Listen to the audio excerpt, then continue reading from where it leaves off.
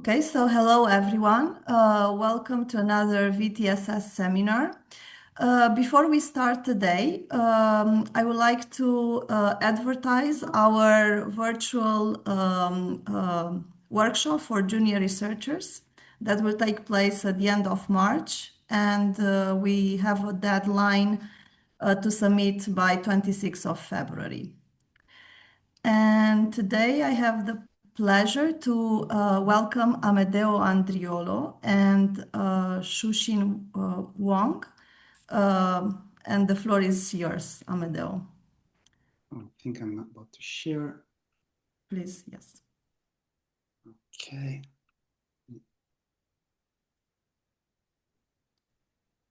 Okay, it should be full screen. Okay.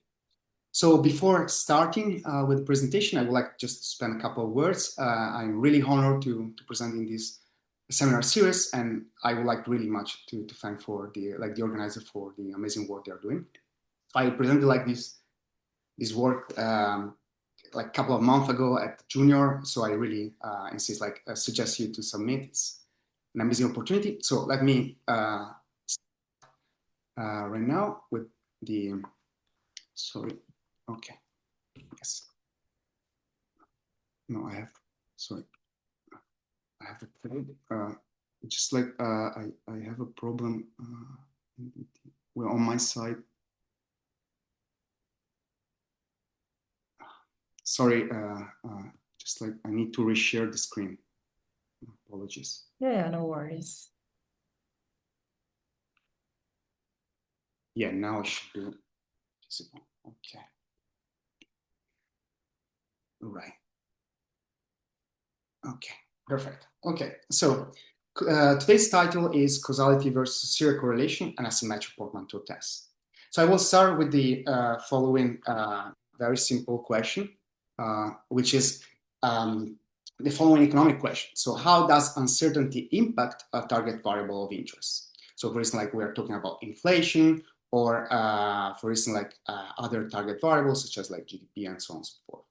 So the common practice in macroeconometrics is to first identify a shock series, and this is usually done via structural dynamic models, a structural VAR, and then we evaluate direct propagation of this shock series through the dynamic system we specify. This is like basically we're running impulse response analysis. Now, this can also extend, like this discussion can also extend to instrumental variable approaches and so on and so forth. But essentially, the underlying validity of such analysis hinges on the assumption that the shock series needs to be exogenous also with respect to external or omitted variable from the structural dynamics. And essentially throughout the talk, I will refer to X as our shock series and Z as our set of potential omitted variables or external variables from the dynamics. Now, this translates into the following econometric question then. Are the shock X really measuring exogenous fluctuation of uncertainty? Now, with exogeneity, I would like to say very quickly that throughout this talk, I will refer to the concept of weak exogeneity as weak exogeneity or conditional mean independence. Okay, and this boils down essentially to two conditions altogether. So the first is that the shock needs to be exogenous with respect to the past of the internal variables. This like classic Ramey type of argument, 2016. Then also this external omitted variable adds a layer that is basically that the external or omitted variable Z should not influence the shock exogeneity. And this is actually the last condition essentially translate into the last question that is the focus of today's talk, is whether the past of omitted variables from structural dynamics predict the presence of, in this case, uncertainty shocks. So if the answer is yes, then we might have good residuals, but not really shocks, not really fundamental fluctuation associated to macroeconomic variable. Now, to put some math on the table, essentially we are talking about like two null hypotheses of interest. The null hypothesis is conditional mean independence of the shock X with respect to the augmented past, so its own past, XS, and the past of these omitted variables. And this needs to be conditionally independent. The alternatives, the alternative read the following. So we have the structural dynamic model, which is correctly specified or like mildly speaking, it's exogenous internally. But the problem there is that there is some forecastability problem arising from the fact that some past Z correlates with present X. Okay, and so if there is covariance that is not equal to 0, then we are talking about residuals and not shocks. Now, among all the class of testing procedure, I start with a very simple building block, which is the serial cross correlation. And essentially, I'm targeting the statistic that is the correlation between lagged and past omitted variables and the presence of the shocks. Now, there is like a zoo, of course, of existing testing procedures, but essentially you can group them into two different approaches, philosophically speaking. So one is based on augmentation, and the other one based on non-parametric method, but essentially they don't augment the model. So the first approach is augmentation. So essentially what we do is we incorporate the omitted variable into the dynamics, and essentially we have the full model. And in this kind of testing procedures, they require estimating the full model, right? Like we can think about, like, for instance, wall type of test, right? We have the full model, we apply some restriction, and we test whether the restriction holds. Now, the second type of approach is based not on augmentation, right? And so this kind of test, they target, for instance, like correlation or other type of statistics, but usually they are characterized under different null hypotheses despite being very general and non-parametric in nature. I refer to this type of statistics as Portmanteau tests, okay? Possible drawbacks in applying this kind of testing procedures already existing, like from the bookshelf. Essentially, there are different caveats, but like regarding the first approach, if we're parametrically specifying the joint model, of course, we're testing correct specification of the model. And when we are going non-parametrically, the problem there is that there is always the finite sample biases kicking in or the curse of dimensionalities. So in like, just to find like a simple, in a simple phrase, essentially any misspecification or misestimation of the dynamics from X, from the shock to the omitted variables, can lead to potential rejections. Now, regarding the second approach, those are designed to test symmetric form of non-causality. So they are testing mutual independence or zero correlation, which is very different with respect to the concept of weak exogeneity, which is with respect to a specific direction. And so in this case, also here, we have that any impact that is running from the shock to the omitted variable can lead to potential rejections. So to wrap it up, like the possible drawbacks, essentially how past shock impact present omitted variables can shape the conclusion about exogeneity. And most particularly, it's not like just causality in general, but the causality that is inverse of the one being tested. So any dependent is running from past X to present Z.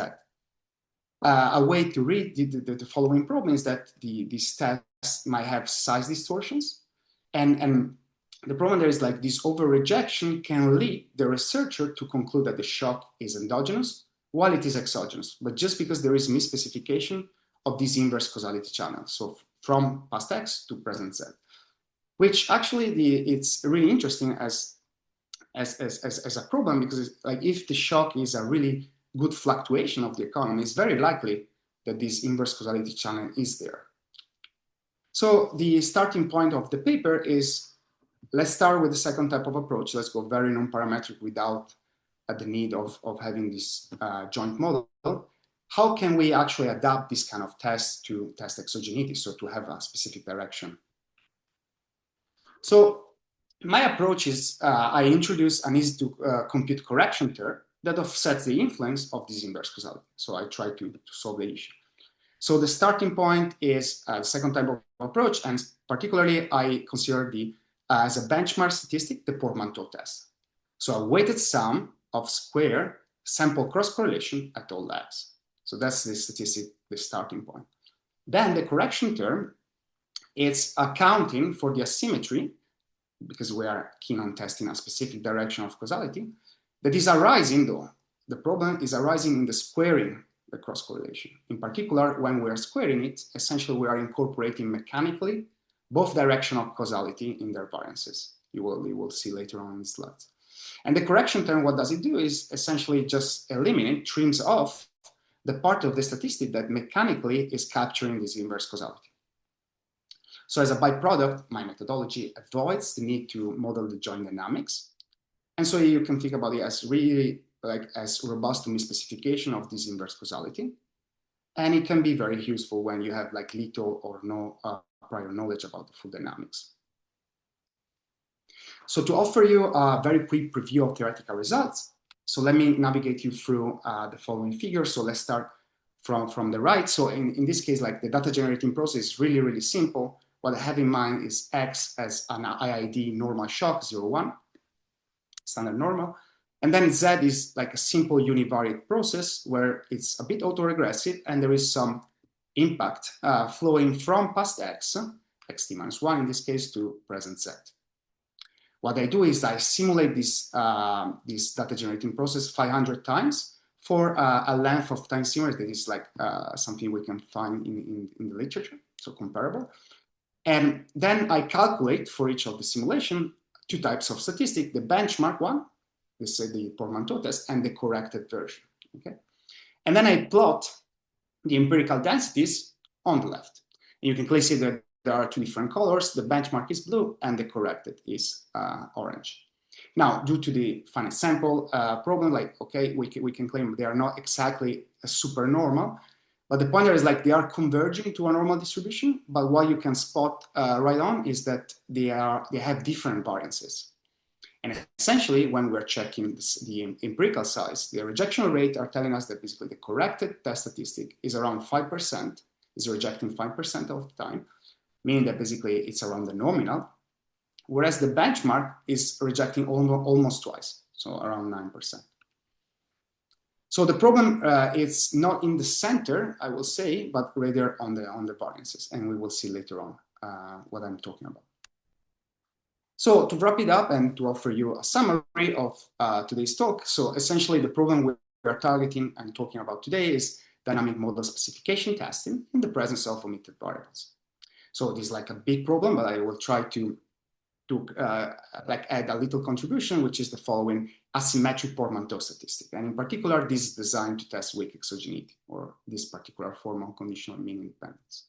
So the Portmanteau statistic is, again, a sum of square cross-correlation at all legs, okay? And the asymmetric part, that is also in the title, is the fact that basically this correction term cuts the symmetry, and essentially the cutting part is because of the elimination of this inverse causality channel. As a byproduct, I don't need to model the joint dynamics, but this is basically inherited of the Portmanteau type of approach. There are 2 contributions, essentially one econometrics and one macroeconometrics, I will say. The first one is that the asymptotic normality, so I prove the asymptotic normality of the corrected test, so I provide some theory. And then I switch to the empirics, and then I test, essentially, given this new machinery, I test the exogeneity of popular measure of macroeconomic shocks. And like among the one I tested, so essentially half or like consistently, I found that some of the most used uncertainty shocks and some of the monetary policy shock, they tend not to be exogenous, or we reject the null of exogeneity.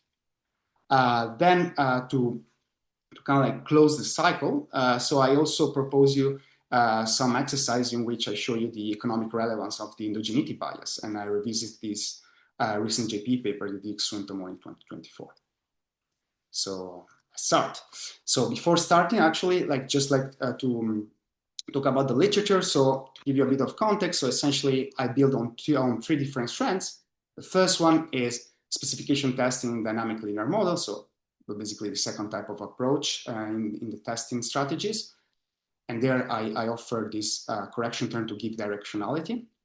The second type of the second strand is the marking of different hypothesis testing. And there I basically allow my testing strategy to be agnostic about the joint conditional mean. Finally, I'm talking about the exogeneity of structural shocks, both to the literature about they are proposing tests and both the empirics that they are using it. And I try to provide new insights. So the roadmap of today will be just 4 steps. So settings, theoretical results, empirical application, and conclusion. So regarding the setting, so here I will be introducing you to the main statistics. So put some math on the table. I will guide you towards why we have this problem of inverse causality, and then I will basically formalize the results into showing you why we need the correction term and what is the form of the correction term. So the simplest setting I have in mind is the following. So I have two univariate jointly stationary processes. They are zero mean and standardized. Okay, so conditional mean independence then translate in the following null hypothesis. So it's a conditional mean of x, so since it's mean 0, it will be equal to 0. But it's conditional mean of x given the past of x and the past of z itself, so this augmented past. Okay, so the covariance function are the cross correlation in this case because I suppose standardization. So in this case, we will have the empirical counterpart of this population one, so on the left and on the right respectively. And essentially, we're talking about basically the sample average of the cross products at between x at time t and z at time t minus j with a given lag j. So the benchmark test statistic, which is our Portmanteau test of today, will be a one-sided because I'm just considering the past of Z and not also the leads. So it's one-sided test based on the sum of weighted square cross correlation. And essentially, you can read through the statistic that I'm summing all the lags, all the positive lags, so the one-sided, from 1 to t minus 1. And then I'm weighting them by omega and times the sample cross correlation squared. Okay. The weights are non-random, non-negative weights for the moment. Like later on, there will be an assumption on those. And you can think about it as coming from a kernel function. And essentially, those are indexes by j because the asymptotics are thought in the following way. We'll be considering the number of non-zero weights to be increasing with the sample size. So more and more sample will translate in more and more lags to be considered. And essentially, the number of non-zero weights would be m throughout the talk. Just like a disclaimer, like in the paper, I talk also about like multivariate when basically the standardization is actually calculated like ex post and also in other scenarios. So I'm happy to discuss in other venues about it. So the next two slides are basically the juicy part. So essentially, you can just pay attention to those two slides. You will get the idea, and everything will follow. So the symmetry of squares. So from mid school or also elementary school. So we learned that basically when we having a sum and we're squaring the sum, we will have two parts: the sum of squares and the sum of cross products, like classic, like a plus b squared equal a squared plus b squared plus 2ab, right? And so since the benchmark statistic is basically squaring a sum, it will apply the same logic as well. So we'll have the sum of squares and sum of cross products, T1 and T2 respectively. So notice that in this case, like the sum of squares, mechanically, we will have always Z happening before X. There is always a lag there, J, right? But in the sum of cross products, there is an extra time index that's popping up, which is in this case S. And the second sum treats the two time indexes, S and T, symmetrically, meaning that for some value of S and T, we'll have X happening before X or Z happening before X, So we will have this kind of like mixed ordering, okay? And so if I'm stopping here and I'm asking you like, look, where do you think inverse causality might arise? So you will be hinting towards like the sum of cross products. So this is the first clue. The second clue is the following. So if we're sitting together and we're reading through the Hong series of paper, so the asymptotic property of the test are dictated by these two parts of the statistic. So regarding the power of the test, we'll be looking at the T1, so the sum of squares. But for the size of the test, so what is happening under the null hypothesis, we'll be looking at the sum of cross products. So at the beginning, when I was talking about like size distortion because of the inverse causality, then if you like use all the clues, then you should be pointing towards sum of cross products, right? Like there must be some problem there. The point there is that if we're looking, for instance, at the mean of the sum of cross products, so the center of this part of the statistic, just by by a low of iterated expectation argument, we will see directly that under the null, those are zeros. So essentially, it's the expected value of this xt, xs, t minus j, and so on and so forth. By law of iterated expectation, this goes to 0, and so it will be just, there will be no inverse causality kicking in. But what about the variances? So essentially, proposition 1 is making up the point. So just like a disclaimer, so the assumptions are stricter than the one we will be using later on in the asymptotic theory, but it's just to make out the point.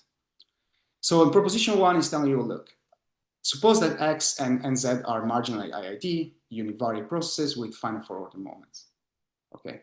Suppose additionally that X is independent of path Z, so something that implies the null hypothesis of interest. So very strong. Though the variance of the element, okay, of one element of this sum of cross products, okay, can take two different values. Either 1 for some specific time order in S and T minus J, right?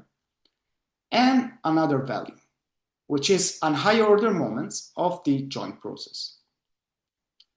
Now, you could have told me, like, look, Amedeo, you're cheating here, because, like, essentially this kind of like benchmark statistic, like they were studying under the null hypothesis of mutual independence, say. And what's happening under that condition? So there, the variance of the element is again equal to 1. So what to take from proposition 1? So essentially, the benchmark test, this Portmanteau, incorporates this inverse causality unless they are one of the two conditions. So either we are in the mutually independent case, or we have a specific time ordering of the time indexes. And in particular, what I would like to stress is why it's inverse causality. Not just because like it's coming from the other way around, like one inverse, but it actually is relative to the conditional second order moments of Z with respect to its own path. So in this case, it's these higher order moments that is actually capturing this conditional variable motive. So to also propose like and to calculate the correction term and to understand the problem. So essentially, I propose you like a very simple data generating process. So suppose that in this case, X is IID01, okay? And suppose that in this case, our omitted variable we have in mind is just like simply the delayed shock. We have shock at time t and some disturbance, okay? In this case, we clearly have weak exogeneity, all right? But there is some inverse causality because it's arising through this coefficient alpha. So if we sit down together, right, and we try to calculate the variance of the sum of squares, we will end up with this kind of formula. And you can notice that there are like two components in the variance, the ones, okay, and there is an extra term which I highlighted in blue with inverse causality, which is basically inflating, if you wish, the variance of the cross products. And you can clearly spot from these functions that basically the variance of the benchmark test statistic should depend on three different dimensions. The first dimension is that the conditional mean and variance of the process Z. And you can clearly tell me like, look, right, you're not telling me anything new, because essentially if we knew the conditional mean and variance, then we have the joint conditional mean and joint conditional variance of the process X and Z. That is fine. So the second part though is like also the higher order moments of the process X might matter, in this case the fourth. And then lastly, the timing of the inverse causality. There you have the indicator function, but essentially it will get more complicated when Z, for instance, is autoregressive. Now, given this problem regarding the time ordering, right?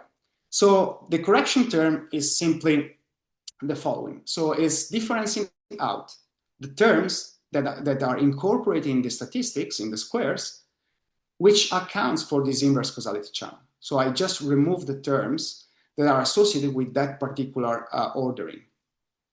Right? The corrected test statistic can be thought into two different ways. The first one is about I'm adding a correction term to the existing one, or I'm just considering part of this sum of cross products. So notice that I'm not even touching like the sum of squares, which means that basically under the asymptotics, you will see later, but essentially I'm not harming the power of the statistic. I'm just trying to get a better size.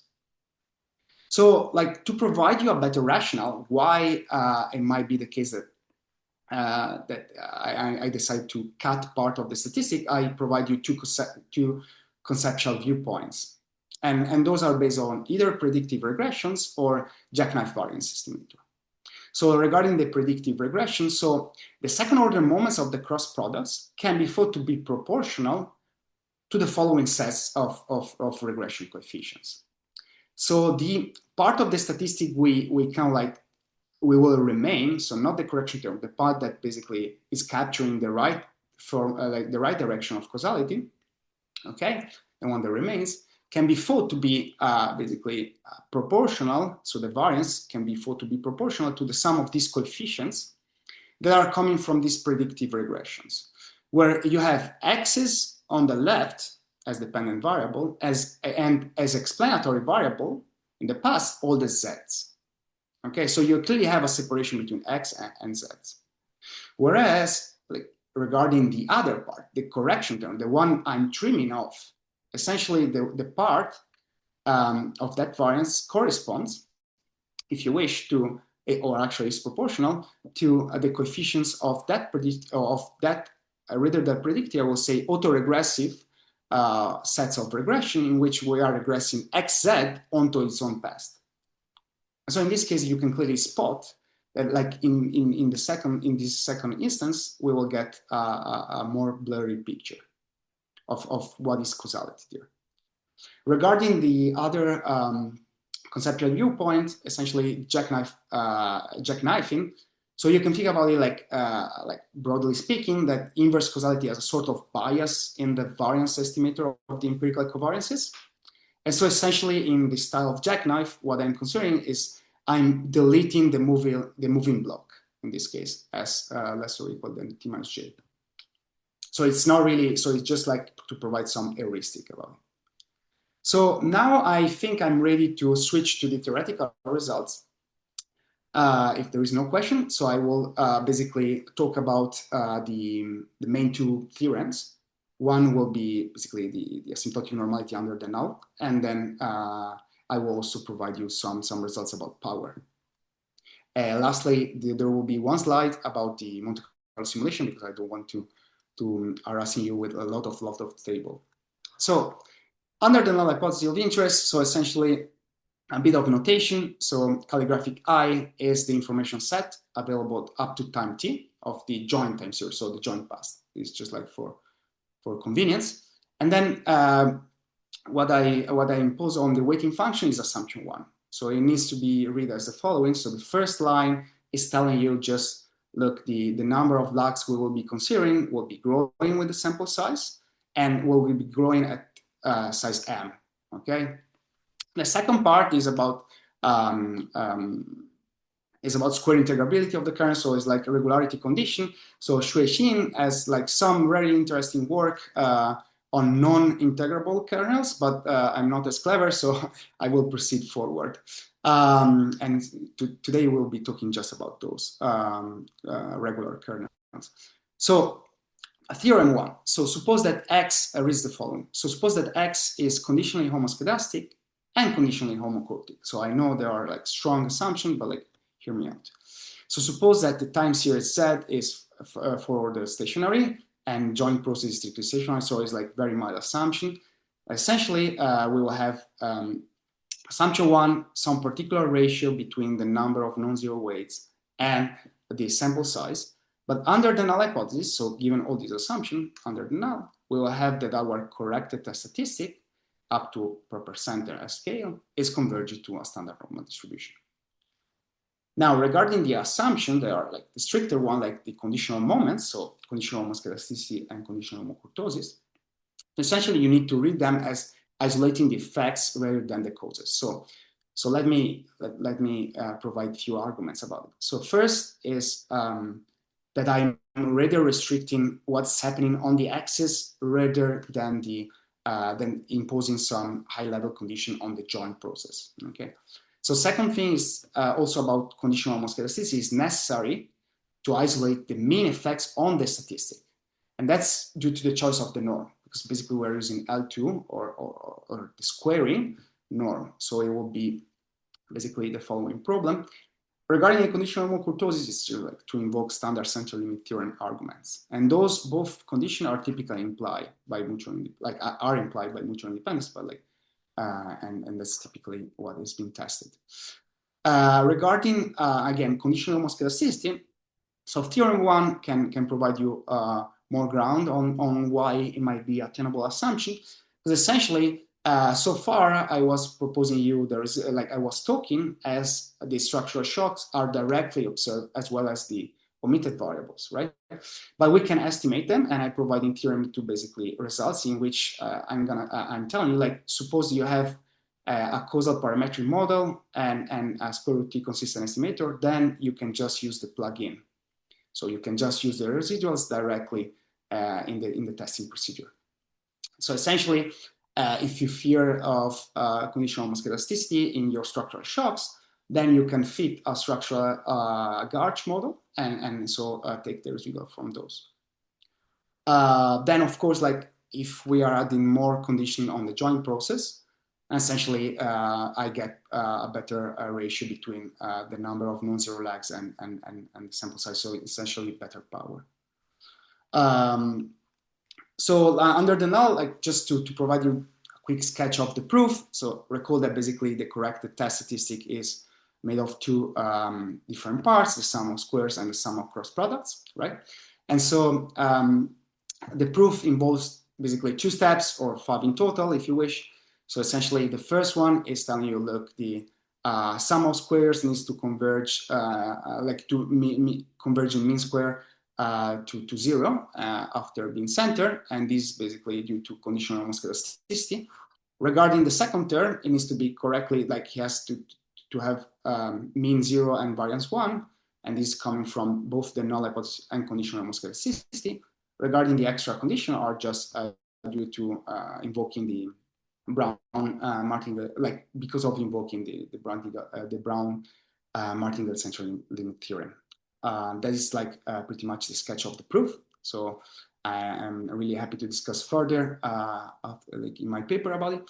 So regarding the alternatives, so in this case, as I was mentioning at the beginning, so I'm considering like this class of alternatives where we have they reads as the following. The structural shock is basically a good residual of your structural VAR. Okay, so there is like this conditional independence of like MDS property of the shock, but there is a problem. So you have this omitted variable, they forecast these shocks. So you have good residuals, but like under this alternative, you have good residuals, but not shocks, right? And so in this case, the theorem 3, you will have like a bunch of assumptions placed on the joint behavior. But essentially what is theorem 3 about power telling you is that there is a consistency results is coming by the fact that if we take our t statistic, right, we scale it appropriately by square root m over t, then it's converging probability to the sum of square cross correlation population. So meaning that basically they will converge to a finite quantity, okay? And so these consistency results imply the unit asymptotic power. How so?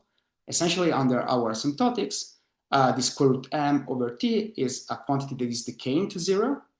And so when we are multiplying both sides by the inverse, so t over square root m, so essentially will give us power. So it will be exploding on the right. So like this is the classic way. So I haven't touched much about the power property of the test, as I was telling you, because it's more about size correction. But essentially, I would like to mention a couple of points about the alternatives. So here I was referring to linear association between past Z and present X. So in this case, like you can claim that the statistic has no power, virtual, against nonlinear effects that are not reflecting in any linear association in the past. So what we're talking about essentially, those are uncorrelated and non-martingale processes, okay? And in this case, like there are existing testing procedures they are targeting these kind of nonlinear associations, and you can apply the correction term as well. So in this case, if we are from this Restart paper, so if we're taking this Hong and Lee statistic, essentially you can start from the generalized spectrum, and you can build a kind of like same Portmanteau style statistic, meaning that basically you will consider the weighted sum of the square of a sample cross correlation. The point there is that to catch the nonlinearities, it will be the correlation between x at time t, but at the same time, there will be the empirical characteristic function of z in this case. So that's the notation for the psi. And since it's again about squaring a sum, essentially the correction term can still be applied. So you can think about it that basically you can adapt the correction term into the following by just considering some particular time ordering. So in this case, like if you're fearing about a nonlinear association, then you can still adapt the correction term to the following class of statistics. Regarding the critics about the pairwise approach, because in this case, like you can claim I have power, say, against the conditional mean of x at time t, given a single lag of z. In this case, like you can add more and more lags. The point there is that the solution that's been found in the literature is to add a block of lag variables. So in this case, it will be zt-1 up to zt-n, and then you can roll over through this block of variable. So we will be talking about basically correlation with respect to a vector.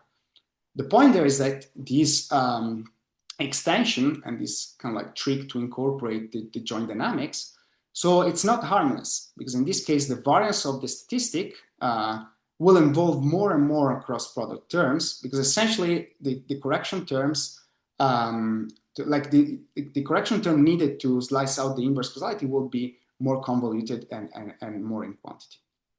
So in this case, like it's more like a cautionary tale. So that's the end of the theory part. And before shifting to the empirics, so I would like to provide some insights from the Monte Carlo experiments. So in this case, the Monte Carlo study compares the two testing procedures. So essentially, the benchmark scenario is the one where we are under the null, but there is some inverse causality channel. So essentially, X is IID shocks, okay? And Z is autoregressive process, well, depending on past realization of the shocks, either in the mean or the variances. Now, like to wrap it up, basically all the tables into 2 lines.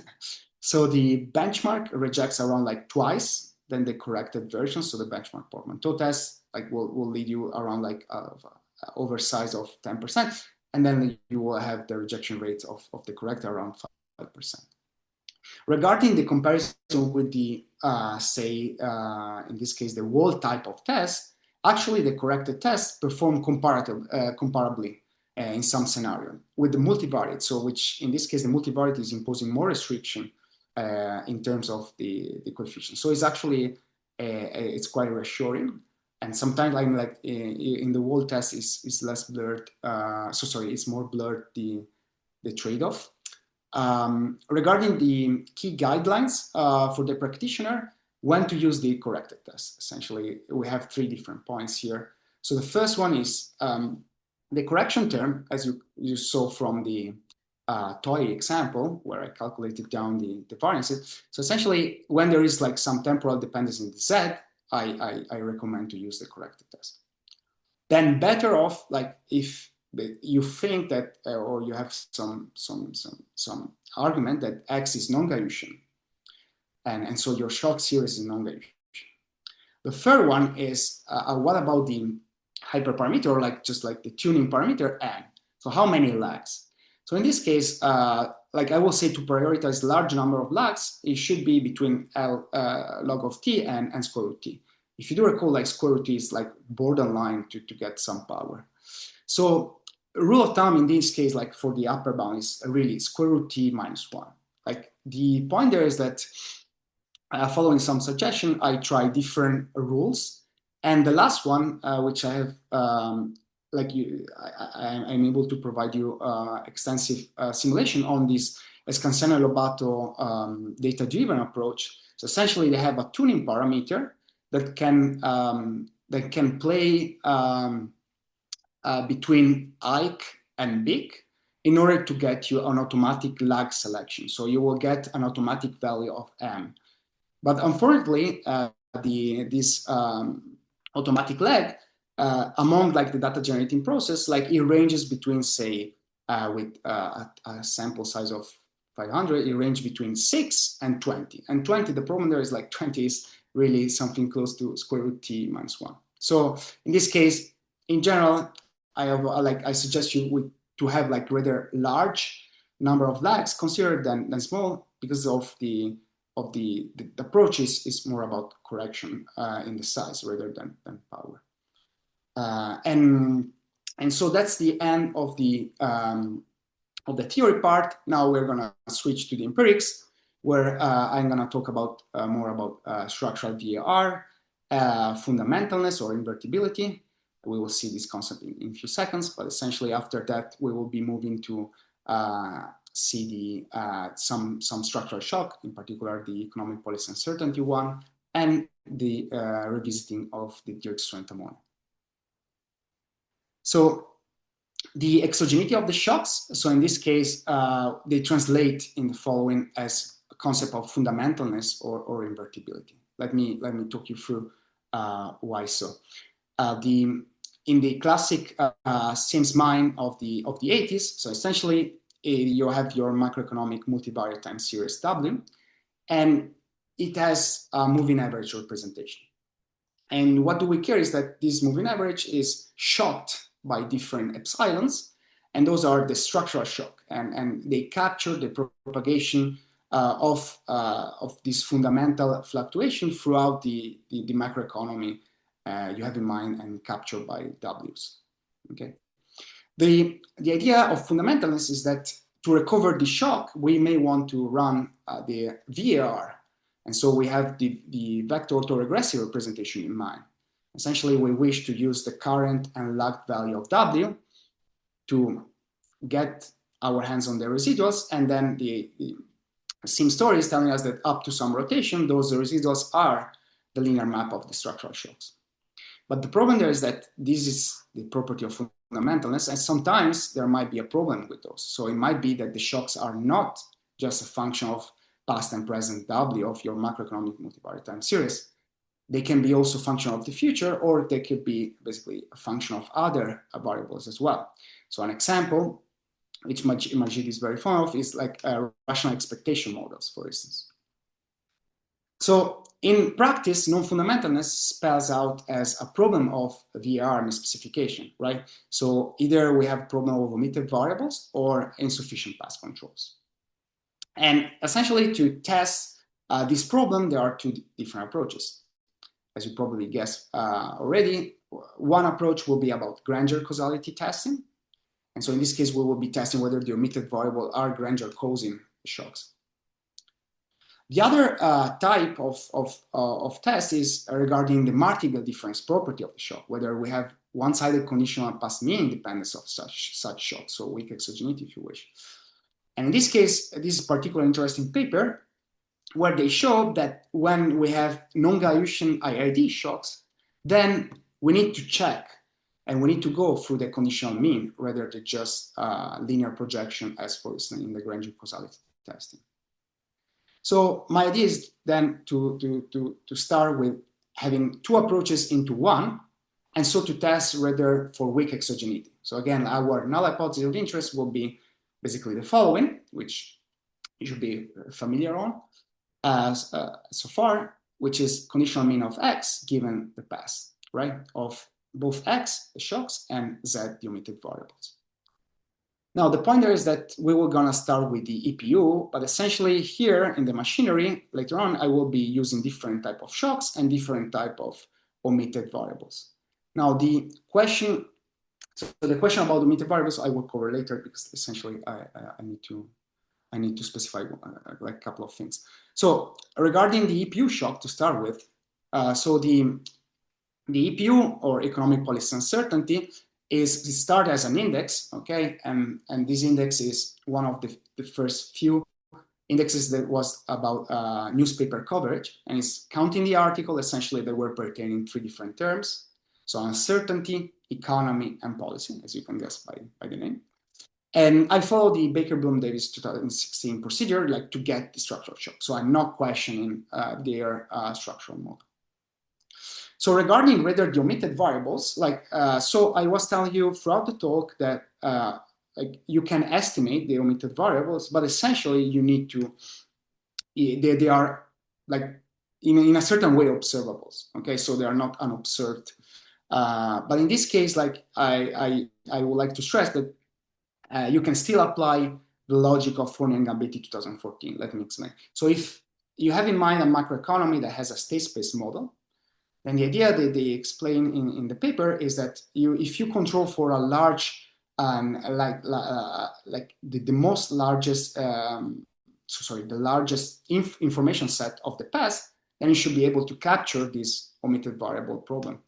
And essentially, what they suggest is to use factor models. And what I'm using here is I'm extracting principal components from two big data sets. One is a macroeconomic data set, which is the McCracken and Wang 2016, so like the Fred MD. And the other one is from a Giulio Shu paper, so it's like basically just a bunch of portfolios.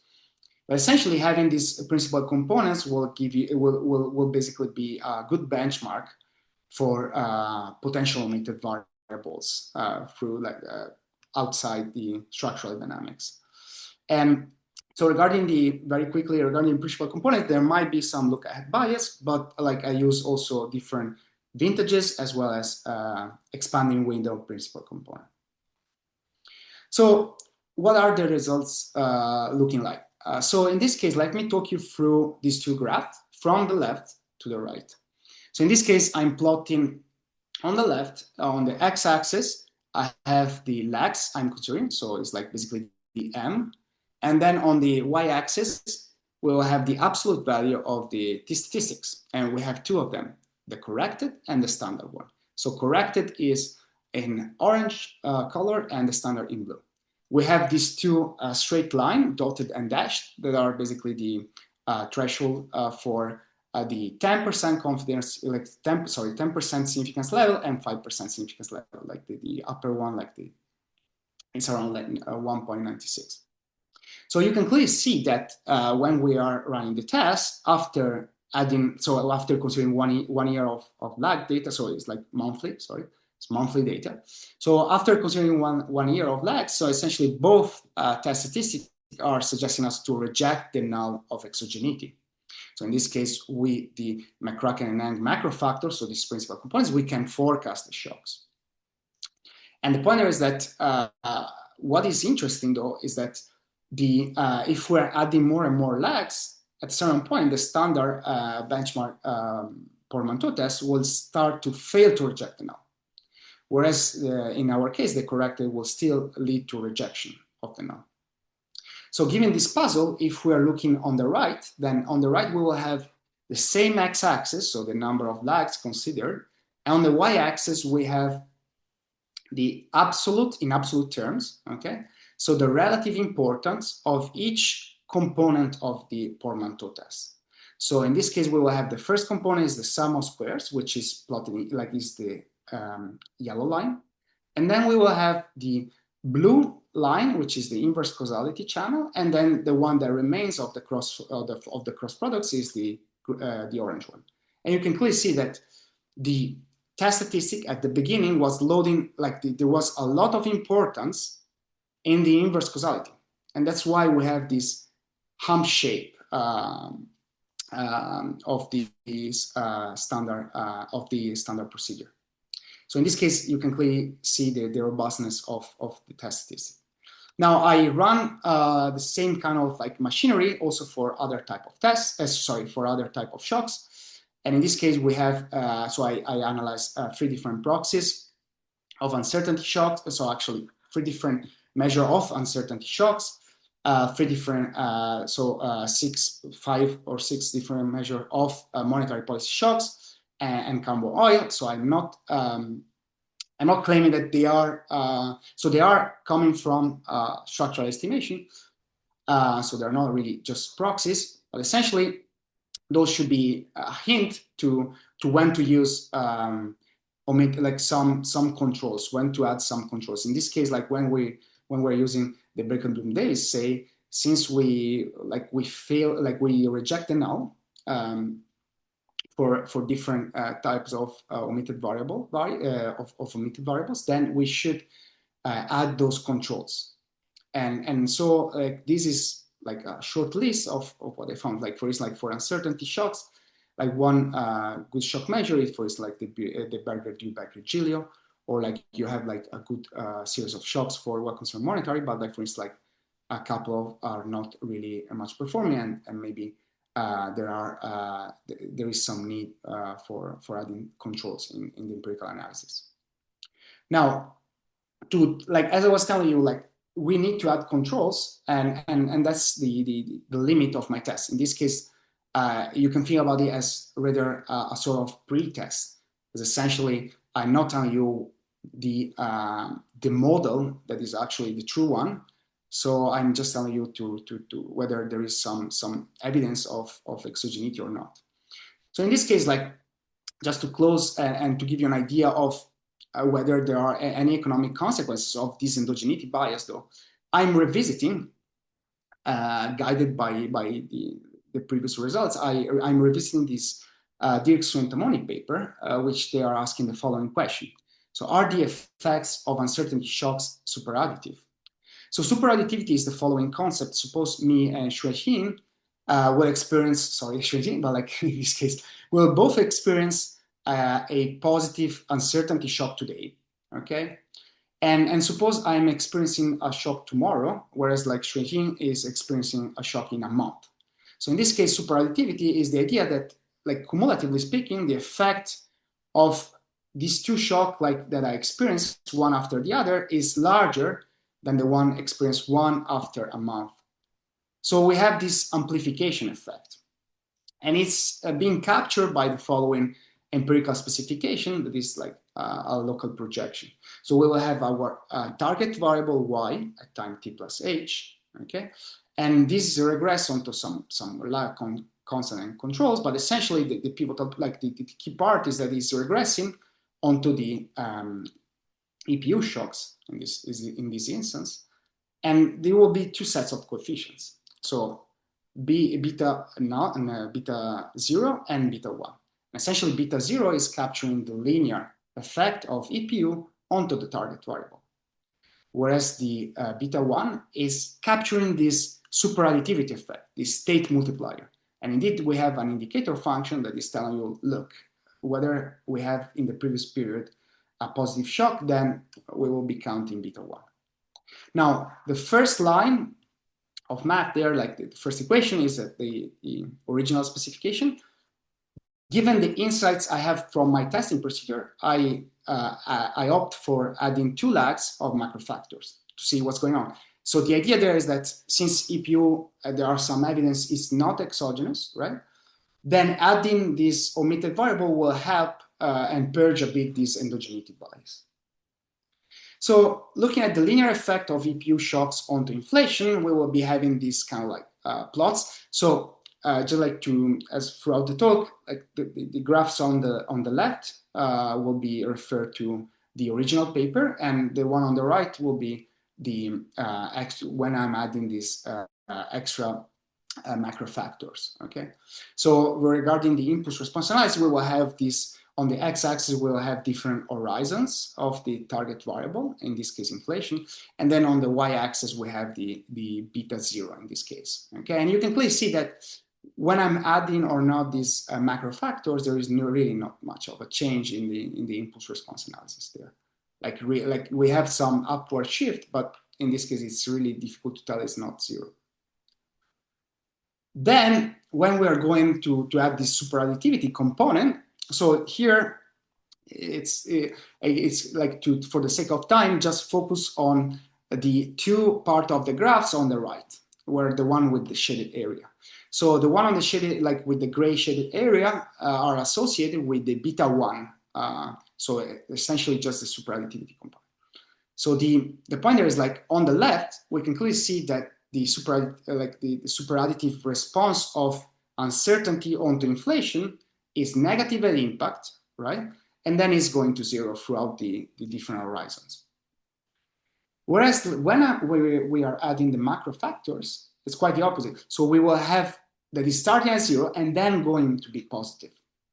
In this case, you can clearly spot that adding the macro factors, so adding more controls, is actually changing a bit the sign of the IRFs.